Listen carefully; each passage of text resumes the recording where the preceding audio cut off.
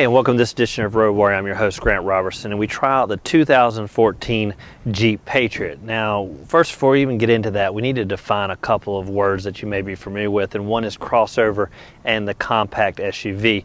Now, the names are kind of synonymous and they kind of go together, but when you talk about one versus the other, what is the difference? And we're going to get into that in just a second. Now again, when you look at the exterior of this Jeep Patriot, you're really not going to start to think crossover, you really think compact SUV first. Now the term crossover to me applies more to like a Toyota RAV4, a Honda CR-V, a Ford Escape, ones that are starting to curve their lines a lot more, want to be more aerodynamic friendly, maybe confuse the buyer into thinking more sedans type qualities. People that are looking at a Jeep obviously want that rugged off-road appeal that you're going to see across the line. Now in this vehicle, obviously you've got the straight edges everywhere you look, and that obviously limits its appeal for aerodynamics. Now as for the footprint, you're sitting on 16-inch wheels standard. On this vehicle, 17-inch ones. Now if you're like me, the old adage bigger is better is true when it comes to SUV, so I had to kind of downsize my opinion when I got into this offering here. Now by the numbers, the vehicle has 103-inch like wheelbase and around about 173 inches overall. Now it's about 5 inches less than the Honda CR-V or the Ford Escape, but where those models fall short is in the exterior styling. This is true SUV, again, rugged exterior, while the Honda CR-Vs are getting too sedan-like, too maybe minivan-esque like. So this one holds true to anyone maybe that needs an SUV but does not need that bigger is better attitude. Now by the other exterior numbers, the vehicle is just about 5.5 feet tall, just under 6 feet wide, which means it will do quite well off-road and get into some of those nooks and crannies maybe that the bigger SUVs can't. Now if you know, there is a rubber fascia all the way around, which is great again for off-roading because again you're going to prevent those scrapes. And I've heard of horror stories of people going off-road and not having that type of protection and just having that scrapes from bushes and tree limbs all the way down inside their vehicle. Now what I love up front, of course, you got that 7-slat traditional Jeep grille up front and these huge bug-like headlights. Now that may not appeal to some, but it is kind of Wrangler-esque. Now down low, of course, you got some fog lights tucked in. But again, this vehicle is a decent SUV offering, but again on a compact size. Now under the hood, the Patriot's going to come with a 2.0 liter or 2.4 liter 4-cylinder 16-valve engines. Now this is the Latitude version, so it's going to come with the bigger horses, around about 172 and 165 foot-pounds of torque. Now the smaller engine is going to be around about 158 horses and 141 foot-pounds of torque. Now what that basically means when you're behind the wheel, it is somewhat anemic power, meaning you're going to get a lot of scream under the hood, but just a little bit of get up and go. Now when you look across the board, the Honda CR-V's max horses is going to be around about 180, and on the Ford Escape they even turn out 240 horses. So obviously this is not the powerhouse maybe in some of the other segments that you see, but it does offer again great off-road worthiness, considering you can either get the Freedom 1 or the Freedom 2 package for off-road. The Freedom 2 giving you a little bit more clearance but better off-road prowess. Now once climbing inside the Patriot, you're going to find that the word compact maybe loses your vocabulary because it just doesn't feel that way. And the biggest thing you'll notice is right above you, the headroom. It seems to be cathedral-like, and that's surprising considering this is supposedly a compact SUV. Now by the legroom numbers, which we always start with, it's around about 40 inches up front, which is right at that border of just enough room.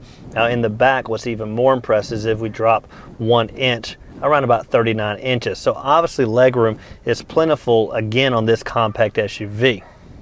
Now the 2.4 liter engine comes coupled with a 6-speed automatic transmission, and it does have an auto stick manual-like mode, so you can shift if you prefer. Now for the base engine, that is going to come with a 5-speed manual. Now if you look at the fuel numbers, you're going to average in the 20, at the most 30 miles per gallon, and that's not too bad of numbers, but when you couple it with the fairly small fuel tank at about 13 gallons, that's not going to give you a whole lot of range, just over 300 miles. And that doesn't sound like a big deal, but when you're used to maybe bigger SUVs or even sedans that have an 18, 20, 25 gallon tank that's going to give you a lot more range, this vehicle can actually need more fuel ups than you realize, especially if you're commuting several miles a day. You're going to realize that you're going to bleed through that tank quite quickly. Now, once you get over the wow factor of how roomy this compact SUV is, you'll get down to the creature comforts and the ergonomics of this vehicle and the simple design that they offer here. And that's really not a negative, and it's truly a positive. Everything is simple knobs for the climate, no dual zone here, do have heated seats. And this is the Latitude model, so it's going to have most of the options, but just a few missing. And most notably on the screen here that was missing was the navigation, which is fine, but you can add it. Now, we talked about the wow factor on the inside when it came to passenger comfort and room, and another wow factor is going to be right here at the back in the cargo area. Now, when you look at the numbers, it's got 23 cubic feet of space, which is fairly decent. And when compared with the sedans, because again, we're talking about a crossover slash compact SUV, those are the numbers you got to compare. A sedan trunk is going to be about 18 cubic feet, so obviously we've increased that when you go to an SUV model. Now, better yet, when you fold these back seats down, which is real simple, it's not a tumble forward, simple lay down the back of the seat, it's going to more than double at around about 53 cubic feet of space.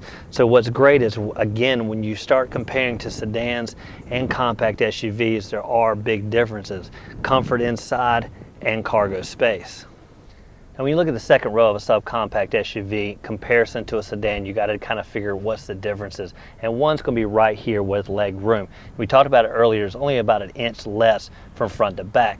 Versus sedans, in some cases, you're going to leave maybe as much as 5 to 6 inches. So obviously that's one of the biggest differences here. And what I love in this case is they've actually kind of sculpted the front edge of this seating to allow your legs to easily flow down in there. Now, obviously with the rear cargo right here, you're able to take these seat backs to a whole nother level versus a sedan. You can't really recline the back of a seat. Here you can. You simply pull this handle here and ease it back. That's going to allow you to have more of a reclining feel, maybe for those long trips or those jaunts off the road. Now, in cases where you need to haul more cargo, that's easy. You simply fold this down and it lays flat, allowing all that cargo to simply flow through. Versus a sedan, you're going to have that pass through, but of course that's going to be more of a cave. You're going to have to fold those seats down and hope all your packages squeeze through. Now that does it for this edition of Road Warrior, and we just touched on the surface of the crossover slash compact SUV segment and what the true differences are out there. And the biggest of them being SUV versus sedan-like qualities. Now that may come down to your personal preference, but here we've got a true styling of the SUV and the Jeep lineup not giving in to that sedan-like quality. So again, I'd like to thank you for watching this edition of Road Warrior. I'm your host, Grant Roberson, and as always, keep both hands on the wheel and eyes straight ahead.